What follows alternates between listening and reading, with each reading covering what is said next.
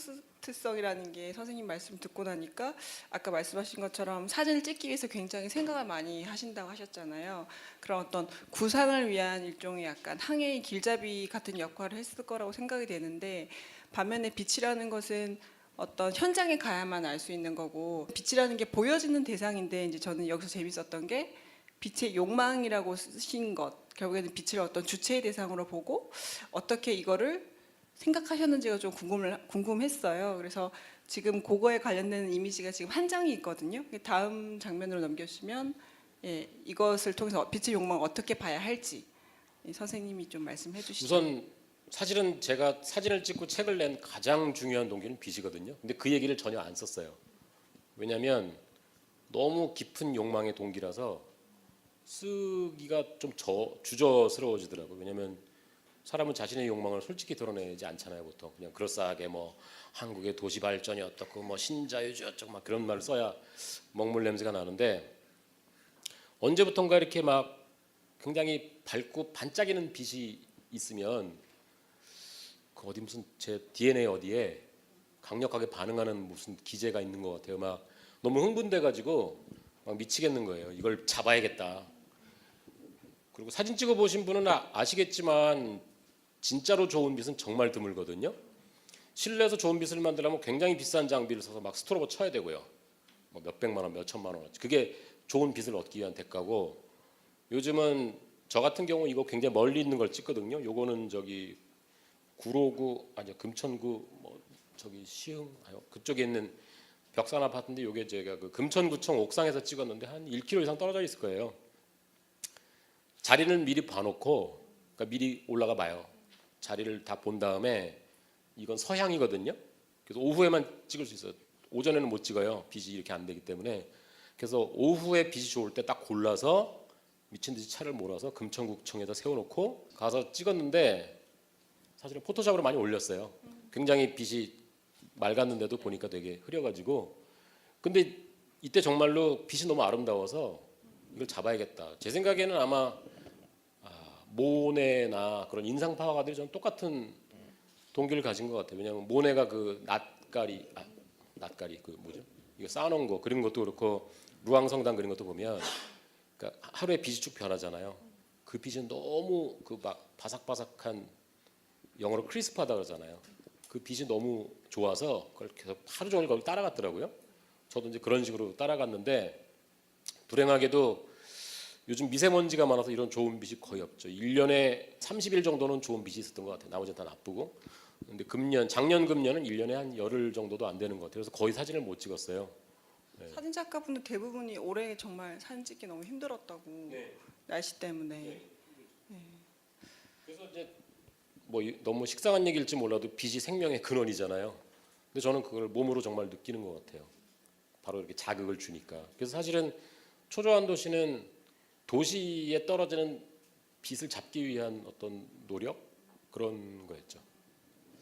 그러면 이제 말씀하신 것처럼 그런 빛이 결국에는 다음 주제인 그 콘크리트의 미감까지 연결될 수 있을 것 같아요. 그런 말씀하신 빛을 포착하기 위한 어떤 대상이 결국에는 어떤 콘크리트를 비추는 장면들일 것 같은데, 선생님께서는 결국에는 이제 그 콘크리트의 미감을 발견하기 위한 것이 이 초조한 도시의 이야기의 하나의 줄기인 것 같아요. 그래서 지금 바로 뒤에 보시면은 이제 이미지가 이런 식으로, 과연 이걸 여기서 무슨 미감을 발견해야 될지, 이제 뭐 괴물의 장소가 됐던 것도 촬영하시고, 본인 뭐 책 보신 분들은 아시겠지만 정말 뭐 굴다리 같은 데 다 들어가시고 철도도 혼자 넘으시고 그런 험한 촬영을 많이 하셨더라고요. 그래서 어떤 격이 있는지 좀 말씀해 주시겠어요?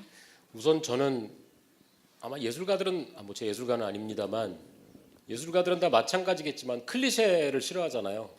만약에 학생이 뭔 작업을 했는데 클리셰를 되풀이했다, 걔는 뭐 그냥 바로 퇴학이죠. 우리는 퇴학은 아니고 정학인데 어쨌든. 그래서 저는 삭막한 콘크리트라는 그 클리셰가 너무 싫었어요. 그리고 돌아다니면서 보면 정말 너무너무 다양한 질감과 구조와 느낌과 역사를 가진 콘크리트 구조물이 굉장히 많잖아요. 근데 사람들은 거기에 전혀 관심들이 없죠.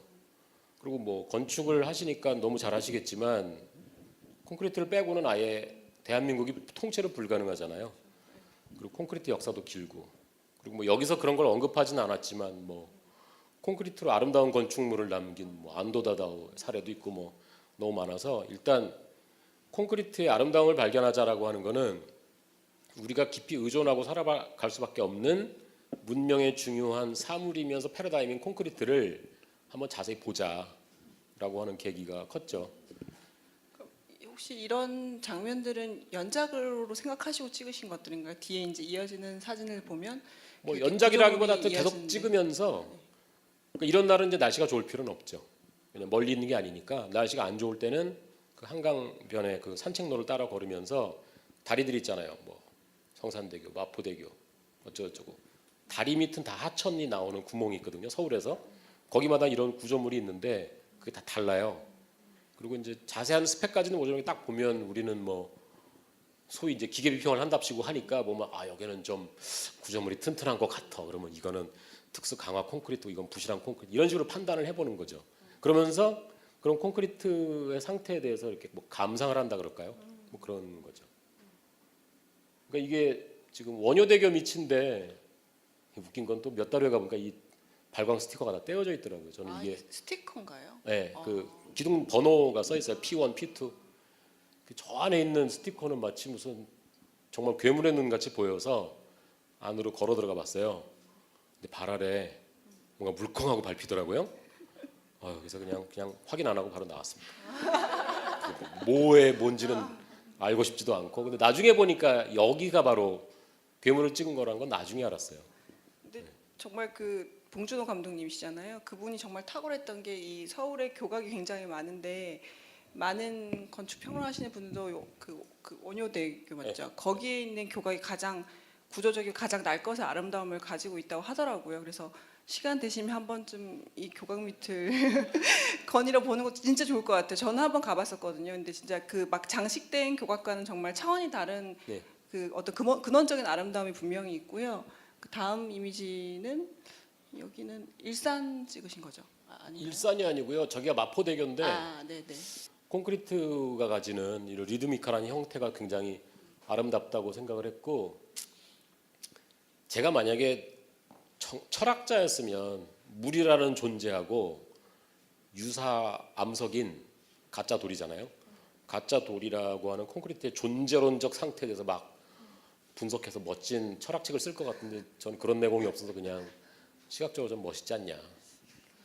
다만 이제 여기서 찍을 때 저는 뭘 신경 썼냐면 밀도를 강조하기 위해서 제일 차 많을 때, 차가 많다고 항상 많은 건 아니거든요. 찍으면서 차가 밀릴 때, 안 밀릴 때, 트럭이 지나갈 때, 버스가 지나갈 때 계속 찍어봐요. 그래서 어떤 사진이 제일 좀 답답하고 빡빡한 도시 밀도를 표상하는지 그래서 고른 거예요. 이 사진 같은 경우는 그 여긴 서강대교 밑인데 뭐가 흥미롭냐면 자세히 보시면 이 둥근 교가 기둥의 콘크리트하고 왼쪽에 하수 처리하는 바지통의 콘크리트가 다르다는 거를 눈으로 봐도 아실 수 있을 거예요. 이거는 서강대교를 받치는 콘크리트예요. 굉장히 튼튼한 한 뭐 몇백 톤을 받쳐야 되는 특수 강화 콘크리트고, 저쪽은 그냥 평소에 거의 물이 없다가 홍수 때 물이 나오는 걸 받치는 거라서 약하고, 그리고 이런 거 지을 때는 타설할 때 한 번에 쫙 하거든요. 그래서 되게 균일한데 이놈은 얼기설기 덕지덕지한 게 서로 다른 존재를 보여주는 게 굉장히 흥미롭고, 그러다 보니까 콘크리트가 굉장히 다양한 질감을 보여주잖아요. 저는 그런 것도 되게 흥미로웠어요. 콘크리트 자체에 관심 있으신 건지 아니면 또 기계 비평가시고 하니 어떤 그런 소위 말하는 도시 기계로서의 인프라 구조물에 더 매료되시는 건지 그 지점이 좀 궁금했거든요. 그 부분도 당연히 관심 있죠. 다만 이제 그거를 제가 좀 더 깊이 있게 뭐 학술적으로 파고들지는 않았는데, 따로 공부를 하진 않았으니까. 다만 이제 이 책을 내면서 제가 노렸던 것 중에 하나는 뭐냐면, 글쎄 그게 제대로 성사가 됐는지 안 됐는지는 모르겠는데, 첫째는 이미지로 하는 비평을 한번 해보자. 사실은 그게 불가능한 게, 비평이라는 말 자체가 평자에 말씀 언변이 들어가잖아요. 말로 하는 게 비평이거든요. 근데 저는 무슨 생각을 했냐면, 지식인들이 읽는다는 말을 되게 많이 쓰잖아요. 뭐 문화 읽기, 영화 읽기.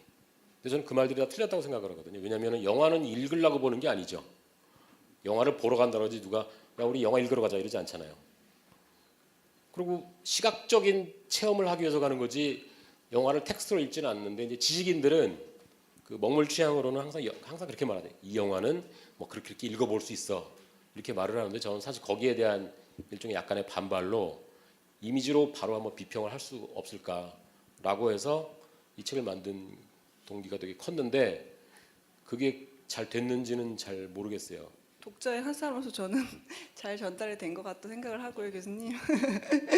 그래서 이제 결국에는 사실 초조한 도시 제목이 참 너무 잘 지었다고 생각했는데 선생님께서 직접 지으신 거 맞으시죠? 네, 왜냐면 저는 맨날 초조하니까. 정말 제목 자체가 너무 정말 진짜 초조한 거예요. 이거를 이렇게 막 책장을 넘기면서 이걸 어떻게 봐야 되나. 근데 이제 이 또 마지막에 하시는 말씀은 그래도 살만해 뭔가 이렇게 숨을 불어넣는 이제 그런 느낌이 결국엔 들었었는데 이제 이 장면 정말 재밌었거든요, 선생님. 네. 예. 사실은 이게 네. 저의 트라우마와 연관되는 게 저는 어떤 트라우마가 있냐면 아마 누구나 그렇겠지만 이상적인 삶의 공간을 꿈꾸잖아요. 저런 데 집 짓고 살아보고 싶다. 제가 제일 이상적으로 생각한 게 이제 강원도 인제군에 가면 진동리 설피밭이라고 있어요. 눈이 하도 많이 와가지고 설피를 신고 가야만. 한 10년 전에 눈이 너무 많이 와서 육군의 공병대가 엄청난 중장비로 눈을 치워준 곳이거든요.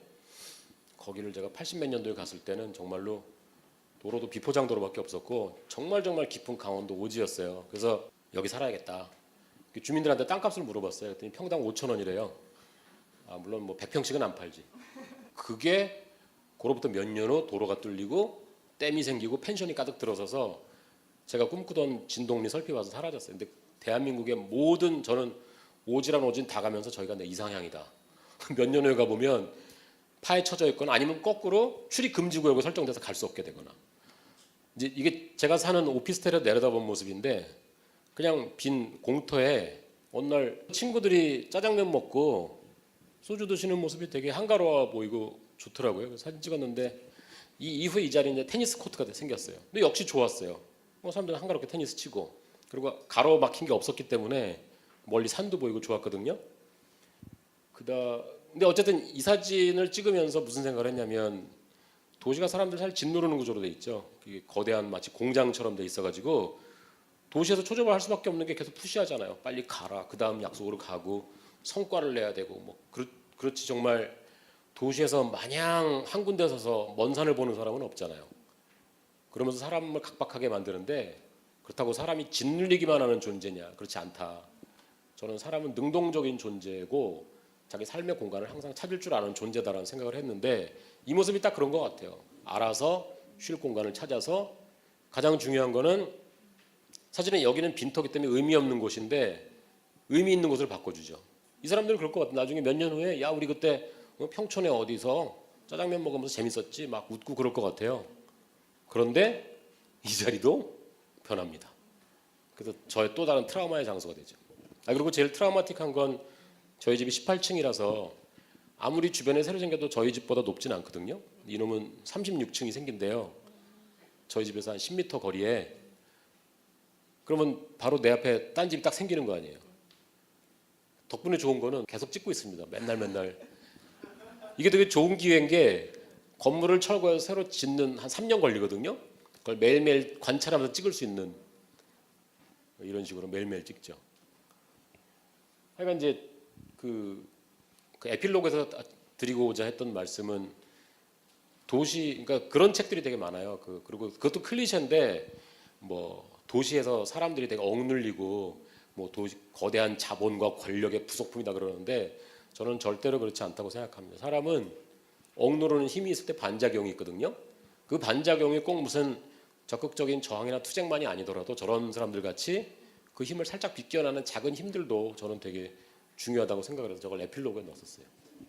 오늘 이영 선생님 말씀에 되게 즐겁게 재미있게 강의해 주셨는데 박수 한번 부탁드리겠습니다. 감사합니다.